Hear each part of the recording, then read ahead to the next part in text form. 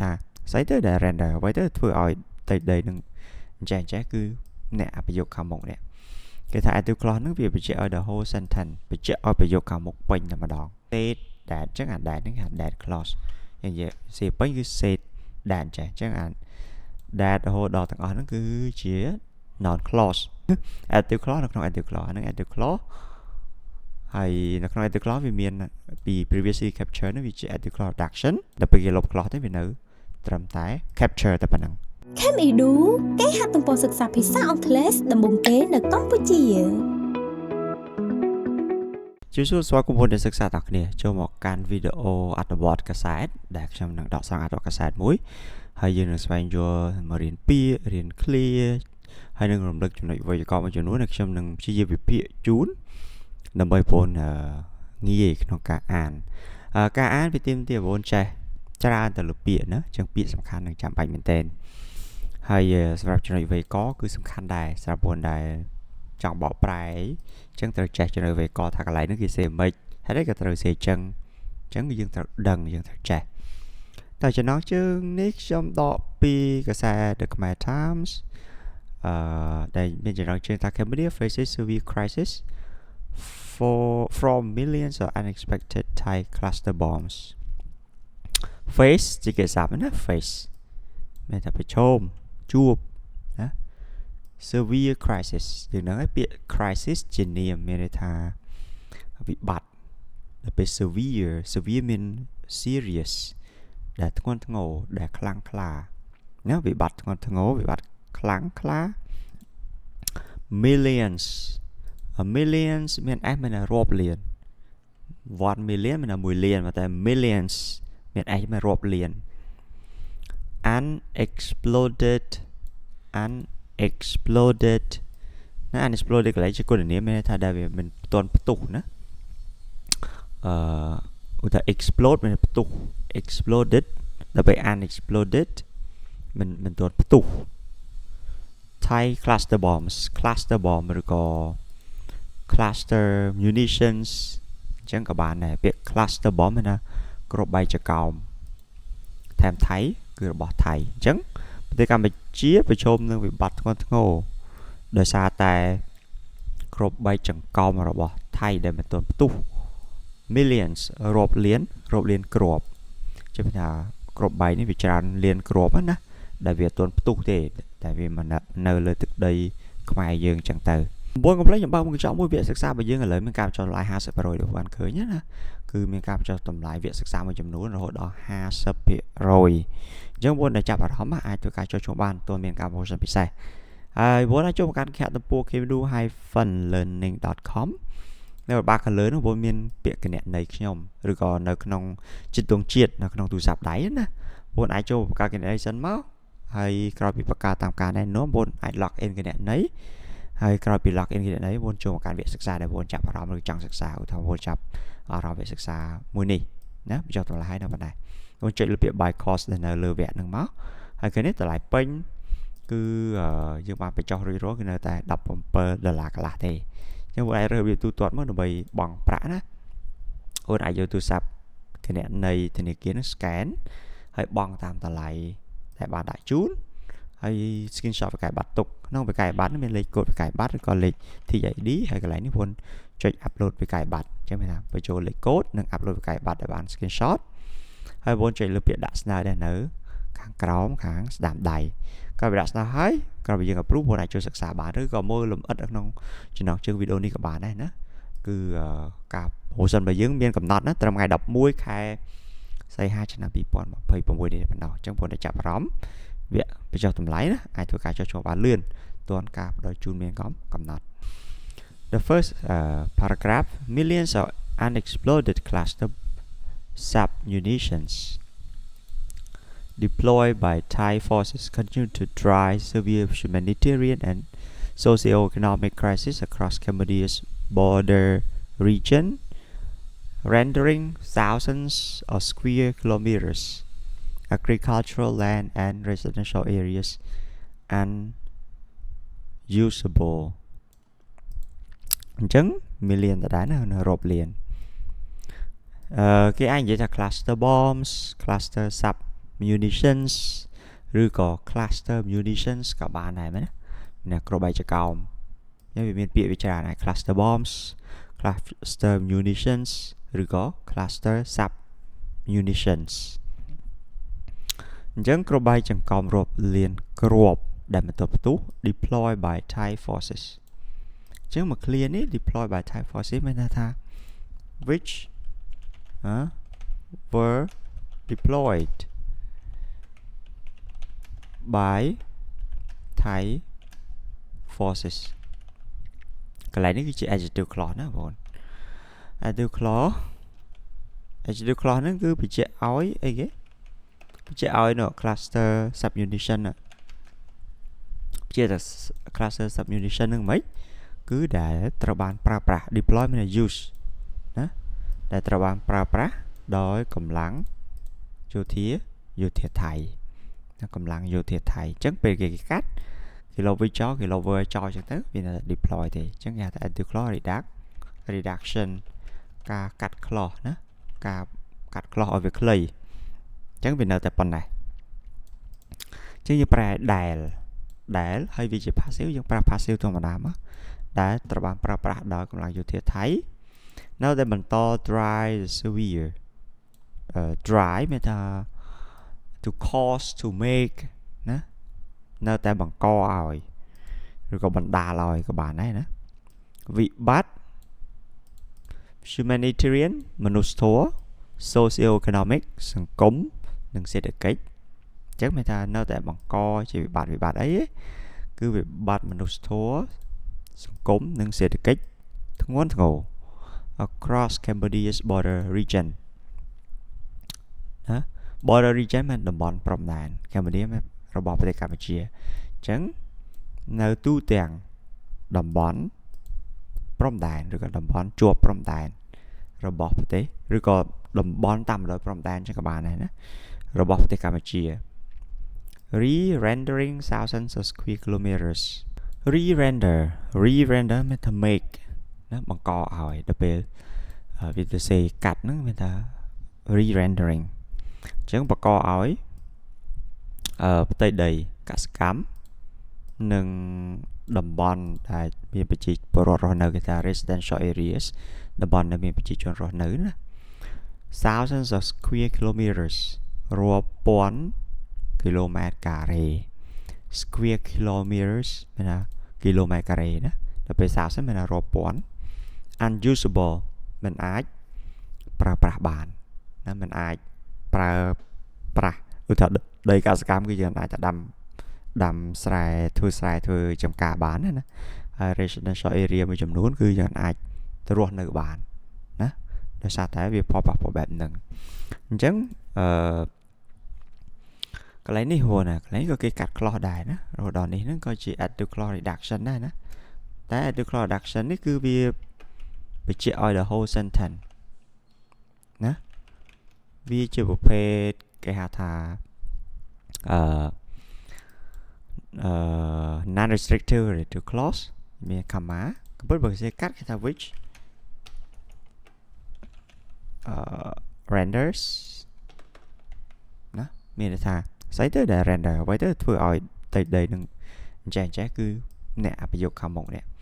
គេថា adjective clause ហ្នឹងវាបញ្ជាក់ឲ្យ the whole sentence ណាមានន័យថាបញ្ជាក់ឲ្យប្រយោគខាងមុខពេញតែម្ដងអ្នកប្រយោគខាងមុខទាំងអស់នេះគឺ adjective clause ហ្នឹងវាបញ្ជាក់ន័យឲ្យថាម៉េចថាវាធ្វើឲ្យមិនផ្ទៃដីរាប់ពាន់គីឡូម៉ែត្រកាឡានេះនៃផ្ទៃដីកសិកម្មនិងតំបន់រស់នៅនោះគឺវាអត់អាចប្រើប្រាស់ជាប្រយោជន៍បានឬក៏អត់អាចប្រើប្រាស់បានអញ្ចឹងអានឹងគឺយើងត្រូវយល់ហើយណាadjective clause នេះវាប្លែកគឺវាបញ្ជាក់ឲ្យប្រយោគខាងមុខអញ្ចឹងតើតងទៅនឹងគ្រាប់បែកចកោមរាប់លានគ្រាប់ដែលបន្ទាប់ផ្ទុះដែលបានប្រើប្រាស់ដល់កម្លាំងយោធាថៃគឺនៅតែបង្កឲ្យឬក៏ធ្វើឲ្យមានវិបត្តិមនុស្សធម៌និងសង្គមសេដ្ឋកិច្ចដ៏ធ្ងន់ធ្ងរនៅទូទាំងតំបន់ជាប់ព្រំដែនរបស់កម្ពុជាដែលនេះហើយគឺជំរុញឲ្យឬក៏បណ្ដាលឲ្យឬក៏បង្កើតឲ្យឬក៏ធ្វើឲ្យផ្ទៃដីកសិកម្មនិងតំបន់រស់នៅរាប់ពាន់ម៉ែត្រក្រឡា គីឡូម៉ែត្រកាឡាมันអាចប្រើប្រាស់អាស្រ័យផលបានបន្តទៀតគេថា Cambodia Mine Action Center មជ្ឈមណ្ឌលសកម្មភាពកម្ចាត់មីនកម្ពុជា Director General អគ្គនាយកណា Director General អគ្គនាយកហេងរតនា during an August 6 meeting នៅក្នុងកំឡុងនៃកិច្ចប្រជុំថ្ងៃទី6ខែសីហាជាមួយនឹង International Committee of Red Cross ដែលគណៈកម្មការកាកបាទក្រហមអន្តរជាតិគណៈកម្មការកាកបាទក្រហមអន្តរជាតិ Red Cross ហ្នឹងកាកបាទក្រហមណា delegation គណៈប្រតិភូ that an estimated 6 to 7 million unexploded devices ហ្នឹងគឺនិយាយពី mines និយាយពីគ្រាប់បែកហ្នឹងឯងណាគឺនិយាយពីអីគេmunition sub munition ឬក៏cluster munition ខាងលើណាអញ្ចឹងគ្រាប់បែកដែលមិនទាន់ផ្ទុះ6ទៅ7លានគ្រាប់នៅតែបន្ត scatter មានជាគុណនាមរាយប៉ាយរប៉ាត់រប៉ាយនៅ survey villages ភូមិដែលបានចុះបញ្ជីឬក៏ទៅបានវាស់វែងក៏បានដែរណាចំនួន335ភូមិវ៉ាវច្រើនមែនទែនចំនួននេះច្រើនណាស់បងមានន័យថាអាគ្រាប់បែកមិនទាន់ផ្ទុះនេះវាលោដល់6 7លានគ្រាប់ដែលនៅបន្តរាយប៉ាយនៅភូមិដែលបានវាស់វែងរួចរាល់ណាដែលបានវាស់វែងថាវាមានចំនួន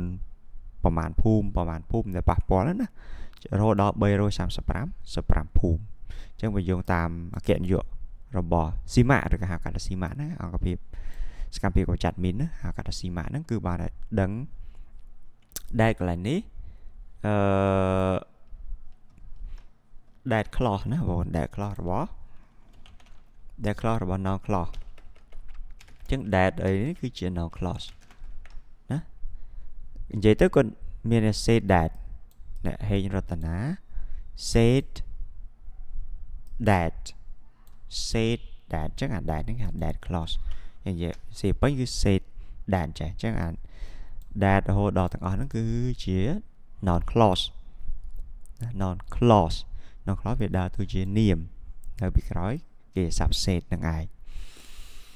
អញ្ចឹងអាទាំងអស់ហ្នឹងគឺជា non class អញ្ចឹងយើងត្រូវដឹងដែរអញ្ចឹងពេលយើងអានយើងត្រូវចេះវិភាគកន្លែងណាដែលជា that class របស់អី that class អាច non class និង adjective class ដែរណាអញ្ចឹងគាត់បានដឹងថាចំនួនគ្រាប់ប៉ុណ្ណេះដែលបន្តរាយប៉ាយនៅភូមិចំនួន335ច្រើនបងតួលេខនេះច្រើនមែនទែនណានៃការរាយប៉ាយនៃគ្រាប់បែកខាងលើណាតោះ Reason Geographic Assessment Geographic ទៅនឹងភូមិសាស្ត្រអញ្ចឹងការវិតម្លៃចំណុចភូមិសាស្ត្រ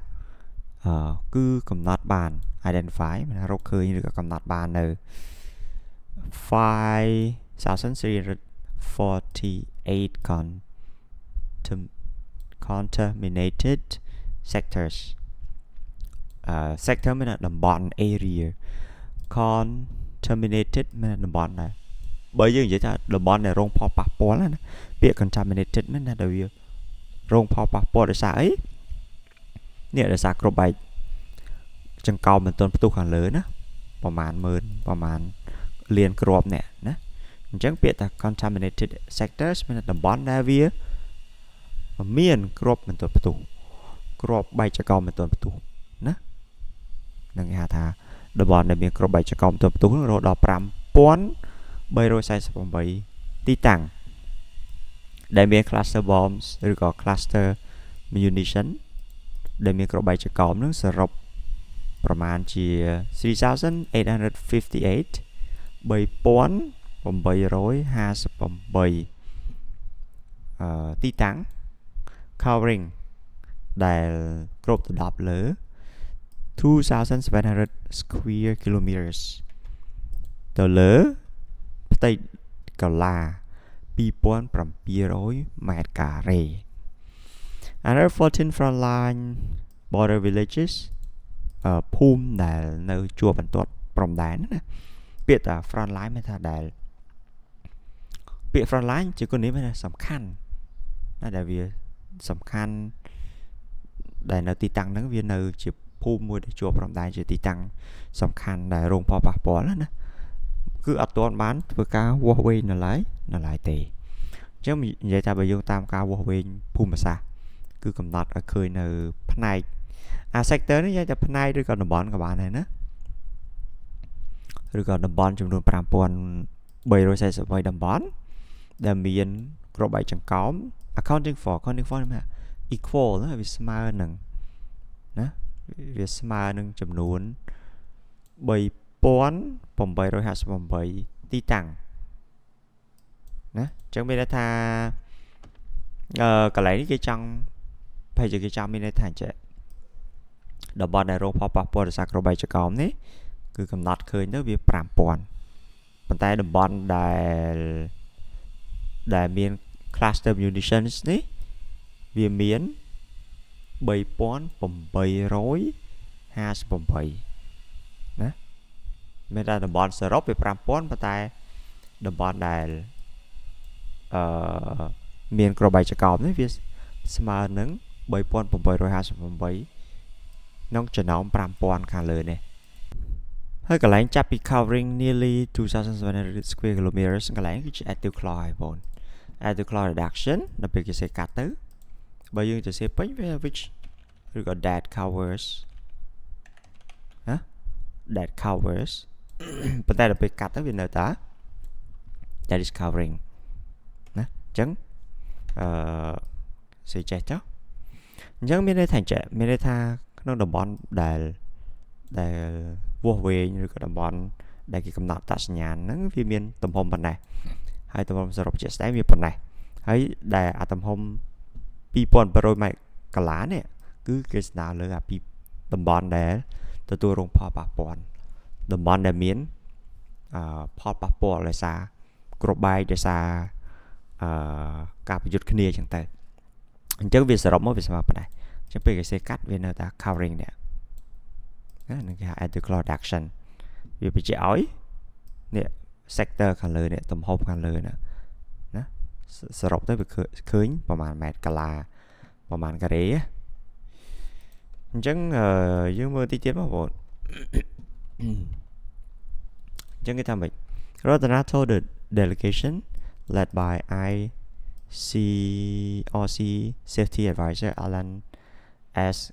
Skillman and Cambodia delegation had Dosa Samihi Saman that modern M42, M46 and M85 submunitions targeted civilian infrastructure, schools and farmlands អញ្ចឹងលោកហើយរតនាខាងលើនោះគាត់បានជម្រាបទៅគណៈប្រតិភូដែលដឹកនាំដោយទីប្រឹក្សាផ្នែកសុវត្ថិភាព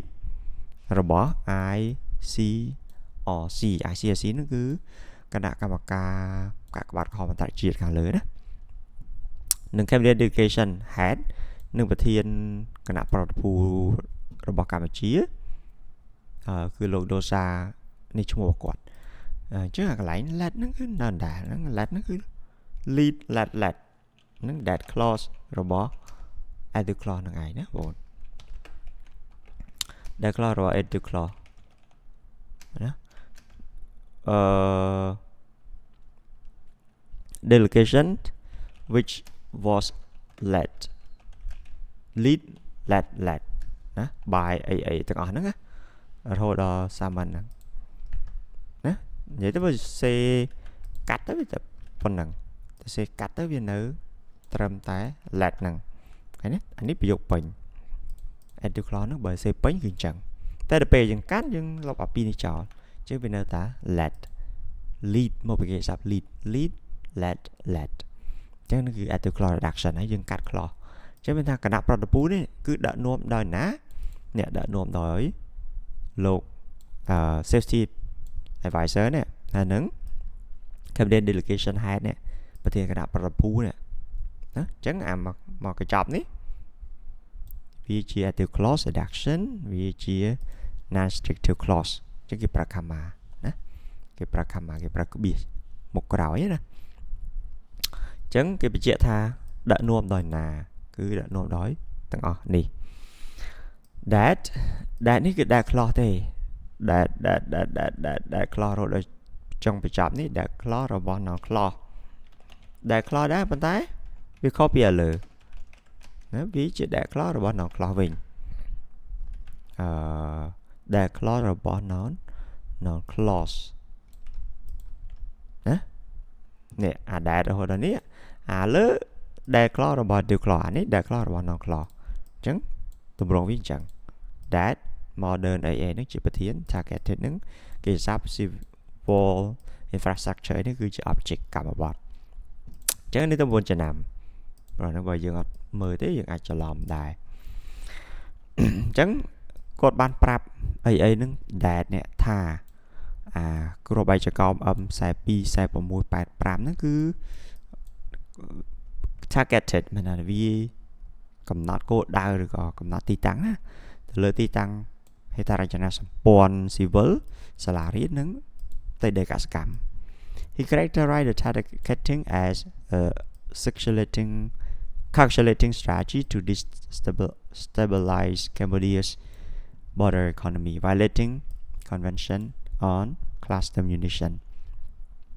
អញ្ចឹងក៏លើកឡើងថាម៉េចគាត់បានចាត់ទុកថាការកំណត់ទីតាំងវាប្រហារនេះគឺជាយុទ្ធសាស្ត្រដែលបានគិតទុកមុនណាដែលបាន calculate មិនដែលបានកំណត់ទុកមុនដែលបានគិតទុកមុនដែលបានគណនាមុនណាមានន័យអញ្ចឹងណាក្នុងការ destabilize ជាគេសាប់មានន័យថាដែល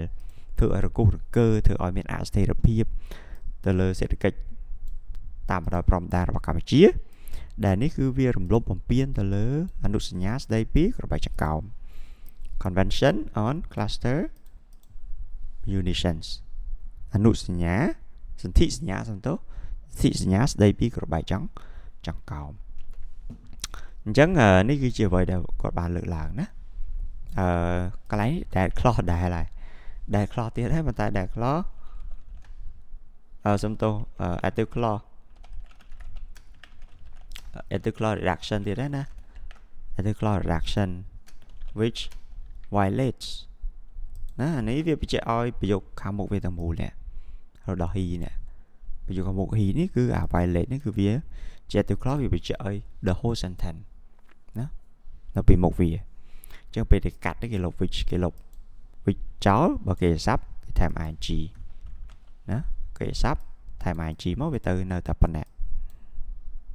ណានេះវាអាចនឹងពិបាកយល់តិចណាបើអត់ចេះអញ្ចឹងទៅរៀន grammar បន្ថែម active clause non clause adverb clause អីហ្នឹងទៅរៀនសិក្សាបន្ថែមព្រោះក្នុងភាសាគឺមានចេញច្រើនណាស់ពួក clause ទាំងអស់នេះណាតែយើងចូលតិចទៀតនឹងពន្ធទៅចំណាំហើយកត់ចំណាំទុកខ្លួនឯងទៅthe contamination makes Cambodia current situation among the world's most severe អញ្ចឹងគេថាការ contamination ណាការតំបន់ប៉ះពាល់ឬក៏ការប៉ះពាល់ណា contamination គឺស្ដៅលើអា contaminated sectors តំបន់ដែលមានទទួលរងផលប៉ះពាល់ដោយសារក្របបែកចង្កោមណាគឺធ្វើឲ្យស្ថានភាពបច្ចុប្បន្នរបស់កម្ពុជាស្ថិតនៅក្នុងចំណោម world most severe ស្ថិតនៅក្នុងចំណោមស្ថានភាពដែលគេហៅថាដែលខ្លាំងក្លាបំផុតរបស់ពិភពលោកដែរចឹងមានថាវាមានប្រទេសផ្សេងទៀតដែលវាទទួលរងភាពស្ថានភាពបច្ចុប្បន្ននេះមិនល្អស្ថានភាពគ្រោះថ្នាក់ណាហើយកម្ពុជាក៏ស្ថិតនៅក្នុងចំណោមនឹងដែរដោយសារតែក្របបែកចង្កោមនឹង for comparison បើយើងយកទៅប្រៀបធៀបណា 34 day Israel Lebanon war in 2006 សង្គ្រាមអ៊ីស្រាអែលនិងលីបង់ឆ្នាំ2006 leave ណាបន្សល់ទុកនៅក្របបែកចង្កោមដែលមានចំនួនប៉ាន់ស្មានហ្នឹង1លានគ្រាប់អញ្ចឹងមានថាបើយើងធៀបជាមួយនឹងការធ្វើសង្គ្រាមលីបង់អ៊ីស្រាអែលនេះយើងនេះវា6 លានគ្រាប់ច្រើនជាងគេបើលីបង់នេះ34ថ្ងៃគេធ្វើសង្គ្រាមនេះ កាលពីឆ្នាំ2006មានតែ1លានគ្រាប់ឯងអញ្ចឹងមានថាយើងនេះcontamination នៃការរងការគ្រាប់បែកចង្កោមនេះវាច្រើនណាច្រើនជាងគេឆ្ងាយអានេះជាគាត់ការប្រៀបធៀបមួយ The CIMA chief thanked the ICRC for its neutral mediation which secured the release of 18 Cambodian military personnel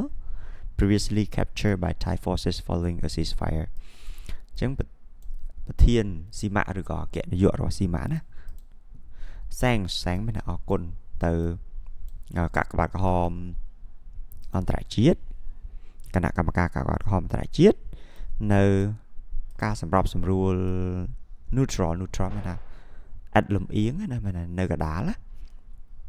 neutral ណាដែលបានធានានៅការដោះលែងនៅកងទ័ពកម្ពុជាចំនួន18នាក់យើងដឹងហើយកងទ័ពកម្ពុជាដែលថៃចាប់ខ្លួននោះដែលត្រូវបានចាប់ខ្លួនដោយកងទ័ពថៃក្រោយពីបទឈប់បាញ់អញ្ចឹងយើងដឹងហើយគឺមានការដោះលែងហ្នឹងក៏មានការជួយអន្តរាគមន៍ពីគណៈកម្មការកាកបាទក្រហមអន្តរជាតិ ICRC ដែរណាអញ្ចឹងយើងភាគចំណុចវិញក៏ទីមកសាំងអីហ្នឹង which claw កន្លែងនេះវាមានពីរបេតង់ which ហ្នឹង at the claw ណា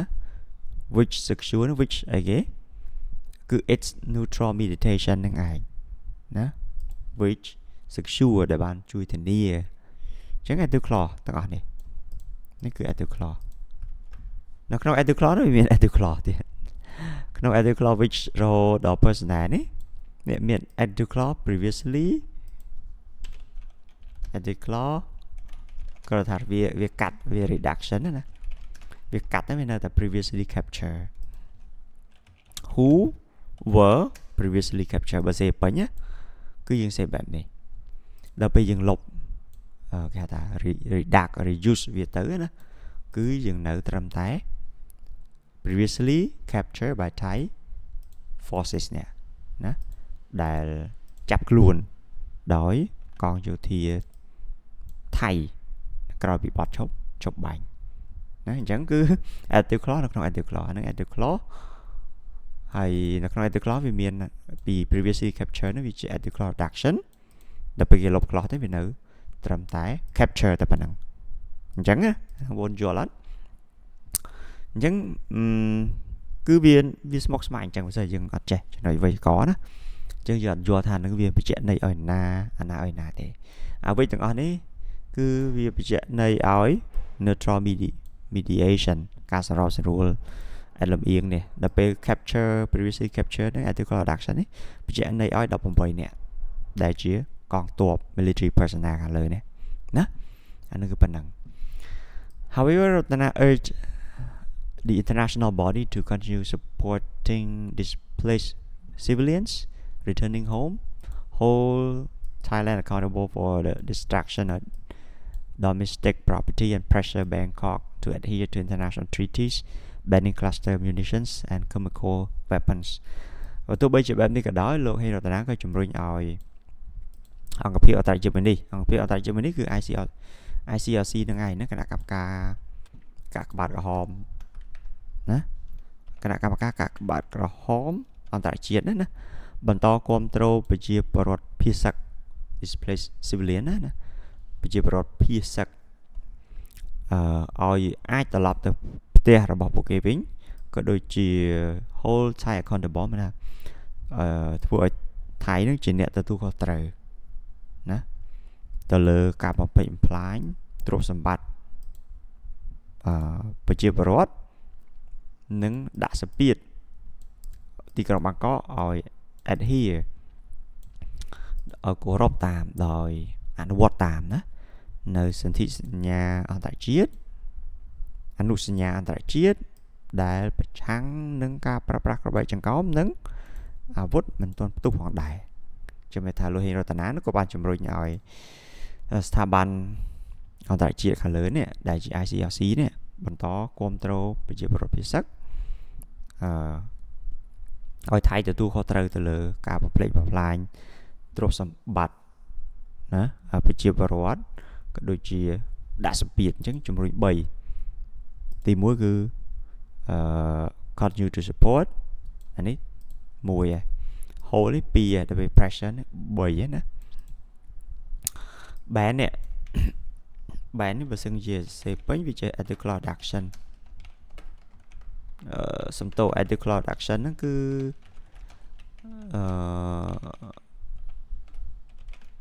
ណា banning គឺជា add clause action បើសេវាពេញសេមិនជា add clause ហ្នឹងគឺ which bans ឬក៏ that bans ក៏បានដែរ bans បែរអត់មានអីព្រោះ international treaties ទីសញ្ញាអនុសញ្ញាអីនេះគឺវាពុះវចនៈអញ្ចឹងបែរហ្នឹងយើងដាក់អត់មាន s ទេអញ្ចឹងនេះយើងកាត់មកវានៅតែប៉ុណ្ណេះយើងលុបអានេះចោលទៅសំទោសលុបអានេះចោលហើយបែរនេះជា banning ថែម ing ណាស្អីគេ ban នេះ add clause ហ្នឹងគឺបញ្ជាក់ថា international treaty នេះវា ban ហាម5ហាមឃាត់ទៅលើការប្រើប្រាស់ក្របីចង្កោមនិងអាវុធគីមី chemical weapons អញ្ចឹងលោកហេរតនានេះជំរុញឲ្យអង្គការខាងលើនេះគឺជួយបែបហ្នឹងណាអូខេអត្ថបទយើងមានប៉ុណ្្នឹងហើយបងហើយឯនឹងបាក់ស្រាប់បងប្អូនណា